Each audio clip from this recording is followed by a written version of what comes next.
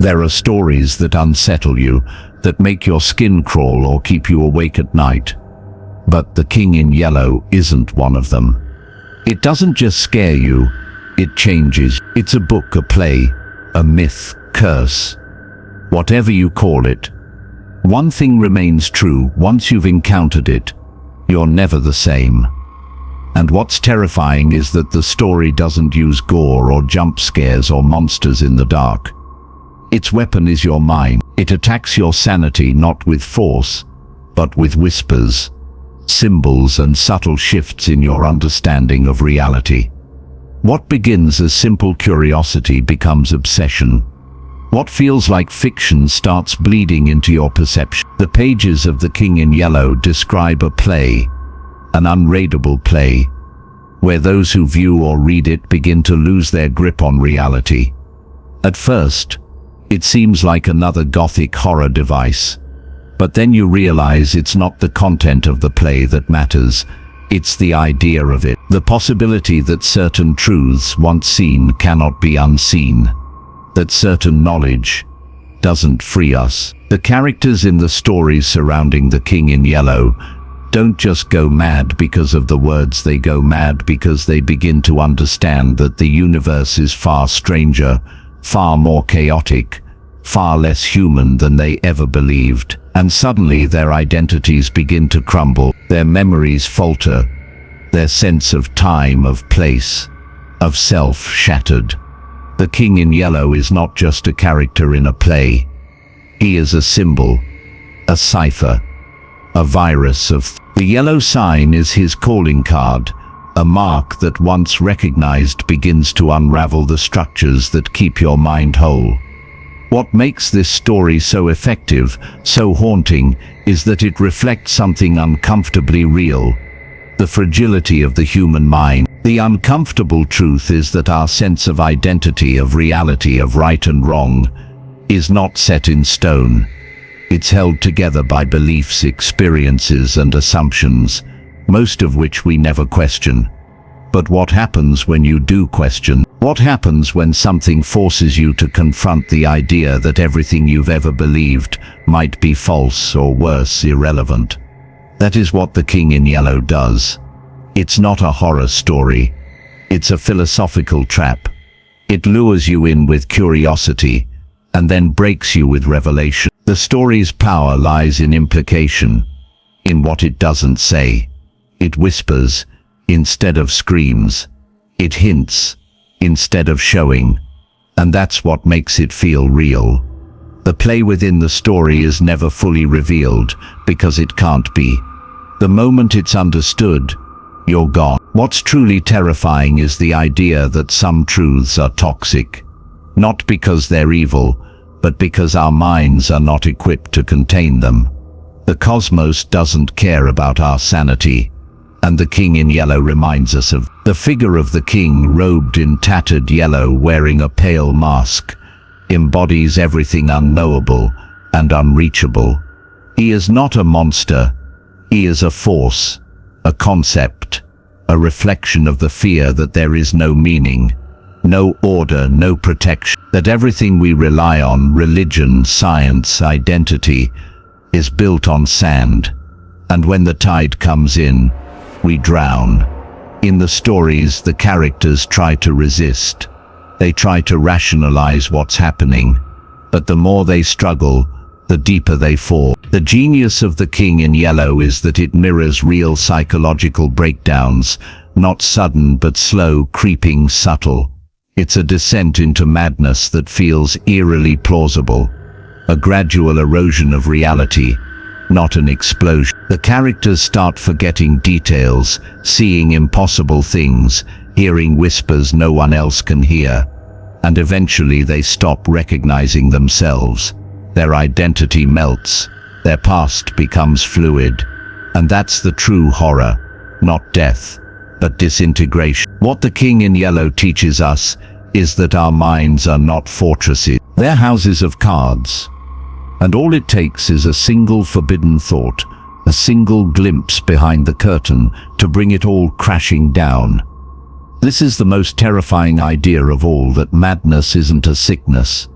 It's a door you can accidentally open, and once you do, you can never close it again.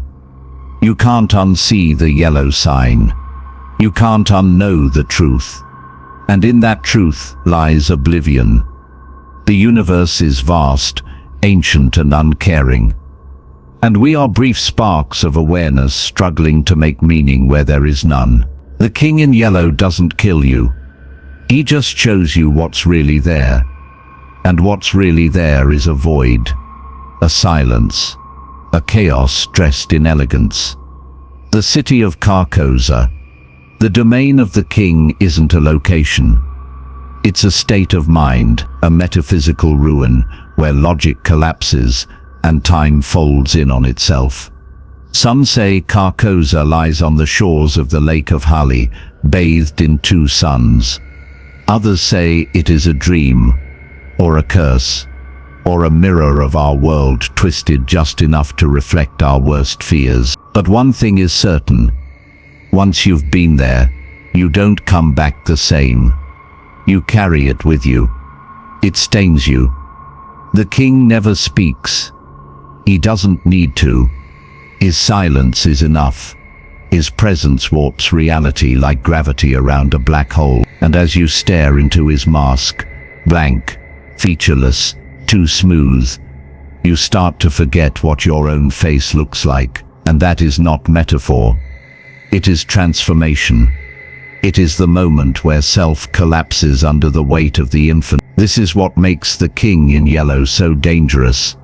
Not just within the story, but outside it, because it plays with the idea that even reading about these ideas is unsafe, that even hearing the story may plant a seed, and once the seed is planted, it grows. The true brilliance of the work lies in its mimicry of a cursed object. You feel like a participant, not an observer, like you too have caught a glimpse of something you were never meant to see, and you're left wondering, was that just fiction, or did something shift in me? This is how the King in Yellow destroys your mind, not with violence, but with suggestion, with an idea that crawls into the corners of your thoughts and waits, and when you least expect it, it whispers. That is the genius and horror of Robert W. Chambers' creation. It preys on the part of you that seeks answers. It punishes your curiosity, and it warns you, with every breath,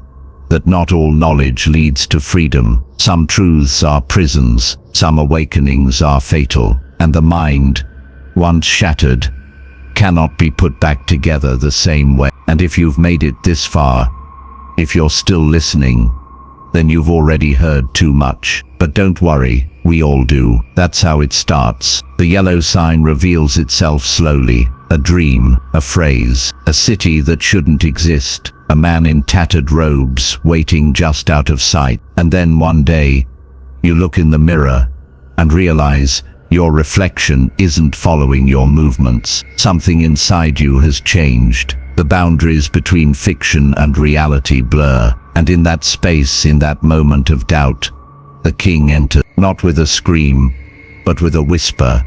Have you seen the yellow sign? And from that moment on, you are no longer alone in your mind. But as the madness of the King in Yellow seeps further into our reality, into the minds of those daring enough to turn its pages, we begin to understand that this is not simply a tale of mental decay. It is a profound metaphysical warning about the nature of reality itself and the fragility of human identity when exposed to truths beyond comprehension. Where Part 1 revealed the first cracks in the psyche, the distortion of self, the dissolution of identity, Part 2 drags us into the abyss that lies beyond those fractures, into the vast, unknowable horror that pulses behind the pale mask and echoes across the lost shores of Lake Hali. Here we must speak of Carcosa, the cursed city that haunts the dreams of the initiated.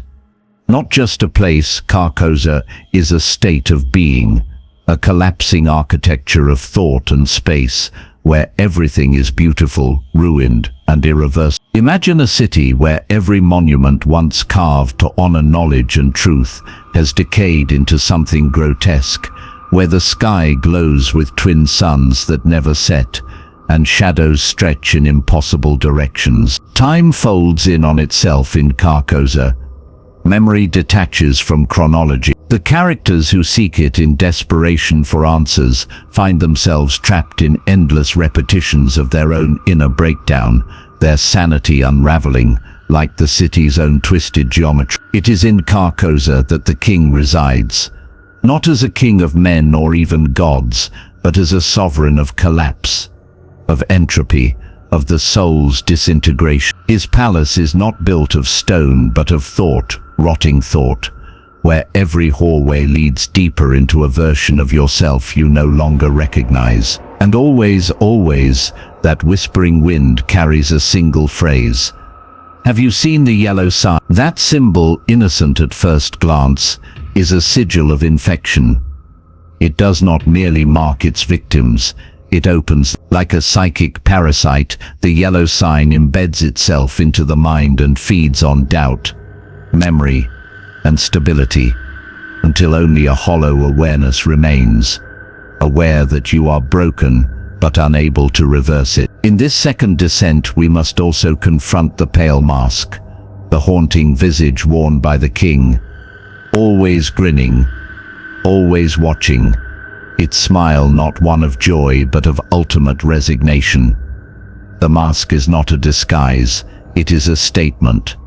It says, what lies beneath is not for you to see. It tells us that even if we tear it off, even if we peer beneath the veil of reality, we will find no divine order, no benevolent truth, only chaos, raw and unfiltered. This concept that there is no foundational truth, no safe answer, shatters the core myth humanity clings to, that the universe is ultimately knowable, that we can reach enlightenment through study, science or spirit. The King in Yellow tells us, in no uncertain terms, that this belief is a comforting illusion and that real truth does not liberate, it annihilates.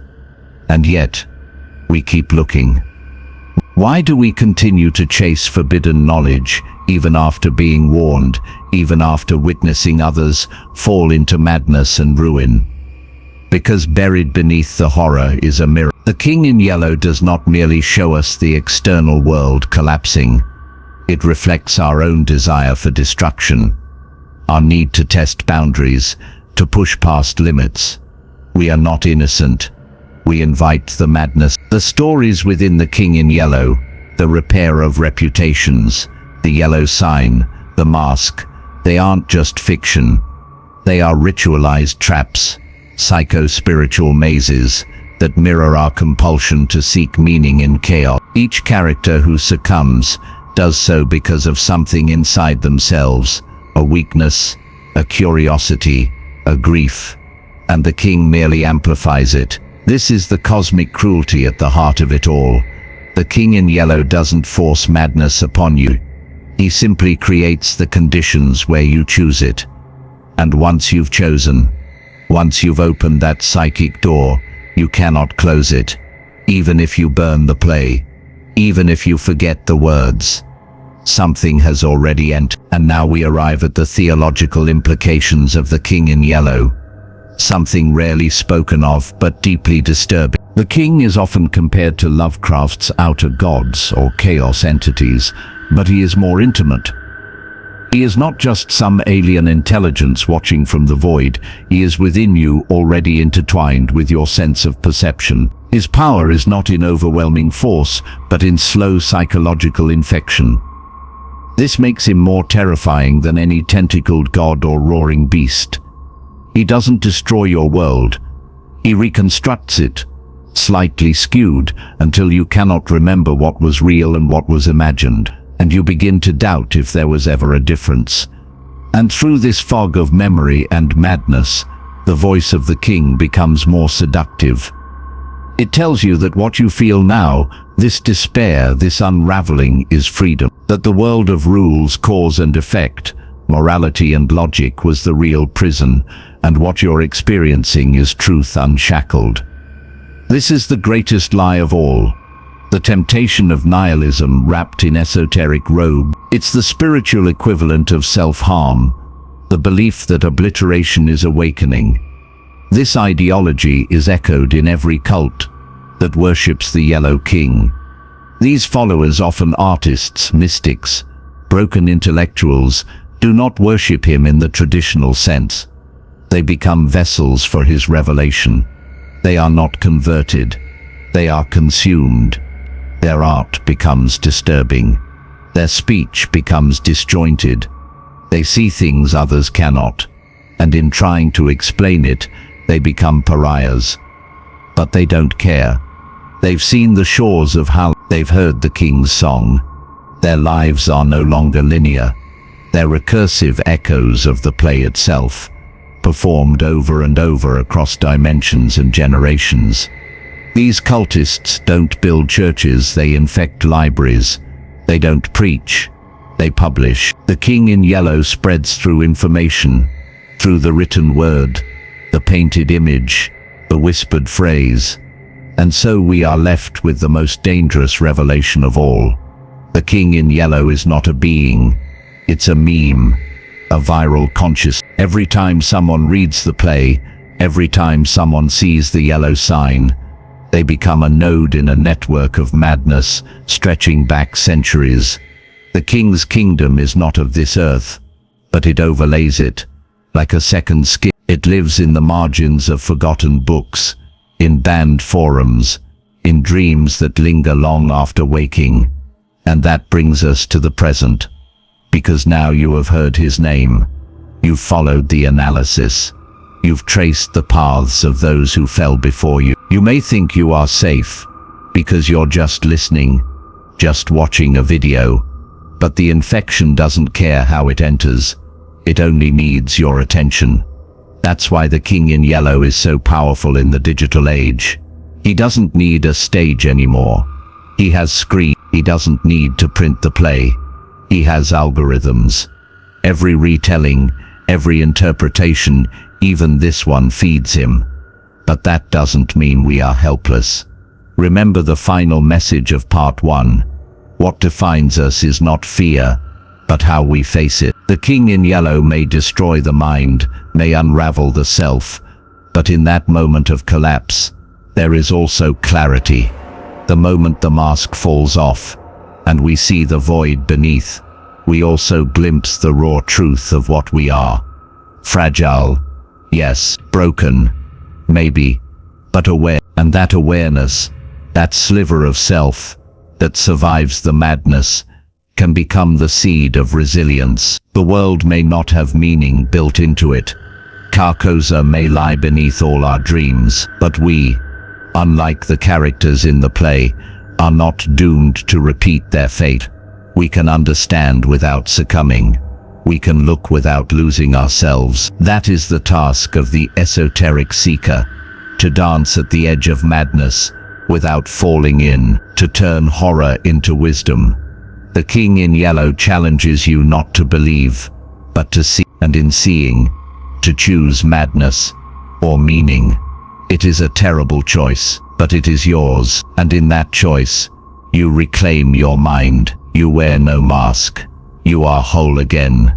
For